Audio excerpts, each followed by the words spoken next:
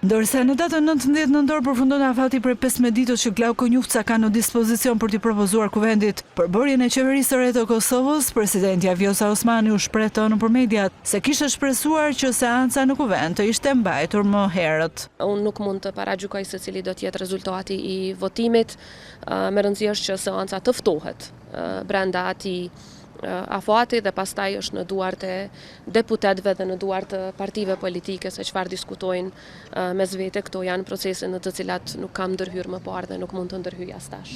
Kam pas shpresë që do të ftohet më herët bazuar në biseda që kemi pasur. Pasi kryeministri në detyrë i Kosovës Albin Kurti, që është kryetar i lëvizjes vetëvendosje e cila në zgjedhje dhe nën shkurti doli forcë parë, nuk arriti të merrte 61 votat e nevojshme në parlament për qeverinë e tij të re. Osmani mandatoi në datën 4 nëntor Glauko Njufcën po nga LVV për krijimin e ekzekutivit të ri. Nëse deri në datën 19 nëntor Njufca nuk arrin të kalojë në parlament për bërjen e kabinetit të tij, gjasat janë që Kosova të shkojë në zgjedhje të parakohshme parlamentare.